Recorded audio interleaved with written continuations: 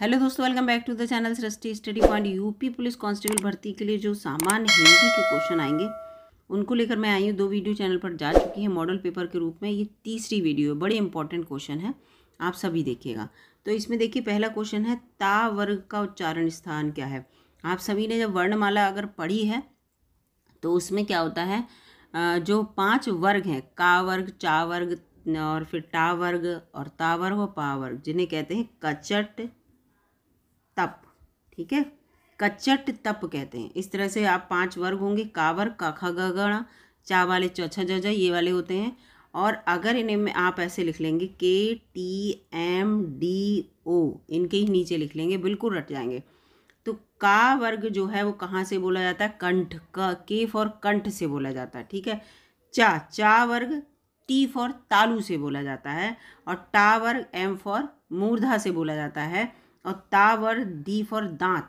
ठीक है, तो इसका उत्तर आपको मिल गया। यहाँ पर ता वर्ग किससे बोला जाएगा, दंत से, और पा वर्ग ओ फॉर ओंठ से। ठीक है, इस तरह से अगर आप रट लेंगे तो आपको रट जाएगा ऐसे, कचट और तप, ये 5, और इधर के टी एम डी ओ, ऐसे रट लीजिए। और इनको हिंदी में मान लीजिए, 5 को, कंठ, तालव्य, मूर्धा, दंत और ओष्ठ। तो आपको समझ में आ जाएगा कौन से वर्ग के जो अक्षर हैं वो हमारे मुंह के कौन से भाग से बोले जाते हैं। तो ता वर्ग आप समझ में आ गया, दंत से। पा वर्ग आपको पता है, पा लास्ट का है, और ओ आ रहा था ओठ, यानी कि, तो ओष्ठ से बोले जाते हैं, पा फा बा भा मा। ठीक है, आप बोलेंगे तो उसमें ओंठ इन्वॉल्व होते हैं, आप बोल के देखिएगा, बिना ओंठ चिपके हुए आपके ये नहीं निकलेंगे इनके उच्चारण। चा वर्ग अभी मैंने बताया, कचट तब, के टी एम, टी फॉर क्या है, तालू, है ना, का चा था ना, कचट तब, और टी फॉर तालू, के टी। तो ये चा वर्ग तालू से बोले जाएंगे, तो इसका उत्तर तालू से होगा। तो इस तरह से आप अगर याद करेंगे तो आपको तुरंत हो जाएगा याद। वर्गों के समूह को क्या कहते हैं, तो वर्णों के समूह को, यानी कि जो अ से ज्ञ तक हम लोग लिखते हैं और पूरा वो ग्रुप होता है, उसको हम वर्णमाला कहते हैं ना, आ से ज्ञ तक कहते हैं, लिखो, ये वर्णों का समूह कहलाता है। इसके बाद है शा, त्रा और ज्ञा, ये तीनों जो हैं वो संयुक्त व्यंजन है, यानी कि संयुक्त व्यंजन क्यों है, क्योंकि देखिए जो छा है ना, उसमें का की भी साउंड आती है, यानी कि का प्लस छा, इससे मिलकर बनता है, इसलिए हम इसे छा कहते हैं। का की साउंड आती, कक्षा जैसे आप लिखेंगे का, यहाँ बीच में का की साउंड भी आएगी, इसी के अंतर्गत ये। तो इसीलिए संयुक्त माने 2 व्यंजनों से मिलकर ये बने होते हैं, और लेकिन दिखते हमें एक ही हैं, संयुक्त व्यंजन है। पुस्तक कौन सा शब्द है, तो पुस्तक जो है वो यहाँ पर आपको दिखेगा, पुस्तक वो है तत्सम शब्द। ठीक है, पुस्तक तत्सम शब्द है, तद्भव नहीं लिख दीजिएगा, तद्भव शब्द मत कीजिएगा, तत्सम है ये। पुस्तक जो है संस्कृत के उससे लिया गया है, आपने संस्कृत में भी पुस्तकानी, पुस्तक वगैरह पढ़ते हैं, वही है ना। तत्सम और तद्भव बताए थे, तत्सम वो होते हैं जो संस्कृत की भाषा से एज सच अभी भी चल रहे हैं और हम वैसे ही बोल रहे हैं। आग कौन सा शब्द है, आग, तो आग जो है देखो, अग्नि इसका तत्सम तब है, शब्द है आग का, यानी कि बिल्कुल प्योर, और आग हम अपनी भाषा में तो वो तद्भव है, आग क्या है, तद्भव है। इसके बाद पृथ्वी कौन सा शब्द है, तो पृथ्वी यहाँ पर जो है वो तत्सम शब्द है, पृथ्वी। ठीक है, यहाँ पर अगला है टेबल कौन सा शब्द है, टेबल, TABLE, टेबल तो भाई विदेशी शब्द है, तो ये विदेशी शब्द होगा। इसके बाद यही दिमाग लगाना, नाक कौन सा शब्द है, तो नाक रूढ़ शब्द है। ठीक है, 3 प्रकार के शब्द होते हैं, रूढ़ और योग रूढ़ और यौगिक। ठीक है, याद रखिएगा ये। और ये देखिए, ये पूरा ये रूढ़ है नाक, और यहाँ पर आगे आएगा फूल कौन सी संज्ञा है। अगर आपने हिंदी में ये पढ़े नहीं है कि शब्दों को विभिन्न प्रकार से वो कौन कौन से शब्द होते हैं, किस किस वजह से होते हैं, तो वो पढ़ लीजिएगा, उसकी वीडियो चैनल पर है। फूल कौन सी संज्ञा है, तो फूल जो है वो यहाँ पर जातिवाचक है, यानी कि अपने सारी जाति के जितने भी फूल हैं सबको ये शब्द जो है बता रहा है, उनका पूरी उनकी ग्रुप को इंडिकेट कर रहा है। अगर फूल का नाम होता, मान लो गुलाब कौन सी संज्ञा है, तो गुलाब खुद को केवल बताती, सारे फूलों को इंडिकेट नहीं करता, तो ये व्यक्तिवाचक होता है गुलाब। ठीक है, याद रखिएगा, संज्ञा भी पढ़ लीजिएगा। तो जब हम लिखते हैं जानवर, अगर हमने लिख दिया जानवर, तो जानवर होगा जातिवाचक, यानी कि वो अपनी पूरी जाति को दर्शा रहा है कि जानवर ये होते हैं। लेकिन अगर हमने लिख दिया गाय, तो गाय जो है वो सिर्फ गाय की जाति को दर्शा रही है, तो ये व्यक्तिवाचक हो जाएगा। ठीक है। इसके बाद ईमानदारी कौन सी संज्ञा है, तो ईमानदारी भाववाचक है। ये सब भाव में आती है, ईमानदारी, बेईमानी, प्रसन्नता, ये सब। ठीक है। लंबोदर कौन सा शब्द है, अब ये देखो इसमें लंबा है उधर, यानी कि लंबा भी और प्लस उधर माने जो पेट होता है, तो लंबोदर, तो ये जो हो जाएगा योग ऋण हो जाएगा, जोड़ के बनाया गया ऋण के साथ। ठीक है, याद रखिएगा, ये पढ़ लीजिएगा एग्जाम में। इसकी वीडियो चैनल पर हिंदी की हैं अपलोड की हुई, आप उनको पढ़ के देखिएगा। सोना कौन सी संज्ञा है, सोना का मतलब होता है जो सोना चांदी वाला, तो सोना जो है वो द्रव्यवाचक होगी। द्रव्य माने होता है मैटर, सामान जो भी, तो ये द्रव्यवाचक होगी। द्रव नहीं है, द्रव माने लिक्विड नहीं है, ये द्रव्यवाचक है। ठीक है, सोना। मैं कौन सा पुरुष है, तो भाई मैं जो है आप प्रथम, मध्यम और उत्तम पुरुष के बारे में यहाँ पर पूछा जा रहा है, तो मैं तो उत्तम पुरुष ही होता है ना। मैं क्या होता है, उत्तम पुरुष। और इसके बाद आगे आप कौन सा सर्वनाम है, तो आप जो यहाँ पर होगा वो होगा निश्चयवाचक सर्वनाम। निश्चय, आप निश्चयवाचक सर्वनाम के अंतर्गत आएगा। अगला है पुष्प कौन सा शब्द है, तो पुष्प जो है वो तत्सम शब्द है। ठीक है, तद्भव इसका क्या होगा, फूल, फूल होगा तद्भव। इसके बाद यहाँ पर है ख्याल। ख्याल कौन सा शब्द है, तो ख्याल जो है यहाँ पर वो विदेशज शब्द है, अपने देश का नहीं है ख्याल।